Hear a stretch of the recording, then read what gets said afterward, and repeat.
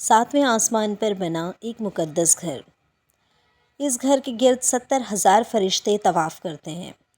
جب حضرت آدم علیہ السلام زمین پہ تشریف لائے تو اللہ کی بارگاہ میں عرض کی، اے زمین و آسمان کے مالک کے اے پروردگار، میں اس زمین پر نہ ایسی کوئی جگہ دیکھتا ہوں جہاں میں تیری عبادت کر سکوں، نہ فرشتوں کی تسبیح تکبیر سن سکتا ہوں۔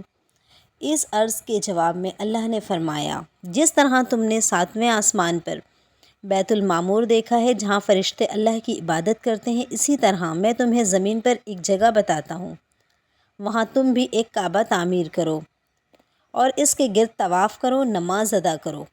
حضرت جبرائیل علیہ السلام نے حضرت آدم علیہ السلام کو وہ جگہ دکھائی اور اپنے پر مار کر بنیاد ڈال دی، پھر چاروں طرف سے دیواریں بلند کر دیں۔ اس خانہ کعبہ کی تعمیر نوح علیہ السلام نے کی، پھر حضرت ابراہیم علیہ السلام نے اسے مکمل کیا۔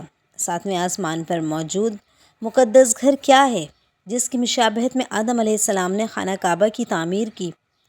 دراصل بیت المعمور کے معنی آباد گھر ہے۔ یہ ساتویں آسمان پر موجود ہے اور فرشتوں کا کعبہ ہے۔ یہ ساتویں آسمان پر عین خانہ کعبہ کے اوپر ہے۔ فرشتے اس کا طواف کرتے ہیں۔ بیت المعمور زمین اور آسمان بننے سے 50,000 سال پہلے تخلیق کیا گیا۔ روایتوں کے مطابق 70,000 فرشتے ہر روز عبادت اور طواف کے لیے آتے ہیں، اور ایک دفعہ طواف کے بعد ان کو قیامت تک دوبارہ موقع نہیں ملے گا۔ اسی طرح ہر روز نئے 70,000 فرشتے آ جاتے ہیں۔ حدیث میں ہے، جب معراج کی رات حضور صلی اللہ علیہ وسلم کا گزر آسمانوں کے سفر پر گئے تو آپ کا گزر بیت المعمور کے پاس سے ہوا۔ آپ نے دیکھا حضرت ابراہیم علیہ السلام بیت المعمور سے ٹیک لگائے بیٹھے ہیں۔ روایت یوں ہے کہ نبی کریم صلی اللہ علیہ وسلم نے فرمایا، پھر مجھے ساتویں آسمان پر لے جایا گیا۔ وہاں ایک بزرگ بیت المعمور کے دروازے کے قریب تشریف فرما تھے۔ ان کی شکل حضرت محمد صلی اللہ علیہ وآلہ وسلم سے مشابہ تھی۔ آپ نے دریافت کیا، یہ کون ہے؟ حضرت جبرائیل نے جواب دیا، یہ آپ کے دادا حضرت ابراہیم علیہ السلام ہیں۔ ایک روایت کے مطابق حضور صلی اللہ علیہ وسلم نے فرمایا، آسمان میں ایک گھر ہے جسے بیت المعمور کہتے ہیں جو عین بیت اللہ کے اوپر ہے۔ چوتھے آسمان میں ایک نہر ہے جس کا نام نہر حیوان ہے۔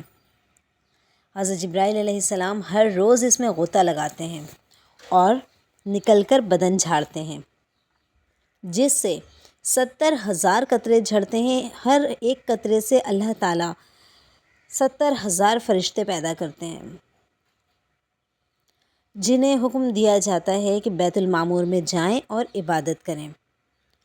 ان فرشتوں کا ایک سردار ہوتا ہے، اسے حکم دیا جاتا ہے کہ انہیں لے کر کسی جگہ کھڑا ہو جائے، پھر وہ اللہ کی تسبیح میں لگ جاتے ہیں۔ حضرت علی سے کسی نے پوچھا، بیت المعمور کیا ہے؟ حضرت علی نے فرمایا، وہ آسمان میں ہے، اسے سراغ کہا جاتا ہے۔ جس طرح زمین کا کعبہ حرمت کی جگہ ہے، اسی طرح وہ آسمان کا کعبہ ہے۔ اس میں 70,000 فرشتے نماز ادا کرتے ہیں، لیکن جو آج گئے ہیں ان کی باری قیامت تک دوبارہ نہیں آئے گی، کیونکہ فرشتوں کی تعداد ہی اس قدر ہے۔ روایت کے مطابق معراج کی رات تمام انبیاء نے آپ صلی اللہ علیہ وآلہ وسلم کی امامت میں نماز ادا کی۔ جب حضور اکرم صلی اللہ علیہ وسلم بیت المعمور کے قریب گئے، وہاں کچھ فرشتوں کو دیکھا، کچھ رکوع میں تھے، کچھ قیام میں تھے، کچھ سجدے میں تھے۔ آپ صلی اللہ علیہ وسلم نے حضرت جبرائیل علیہ السلام سے دریافت کیا، یہ کیا کر رہے ہیں؟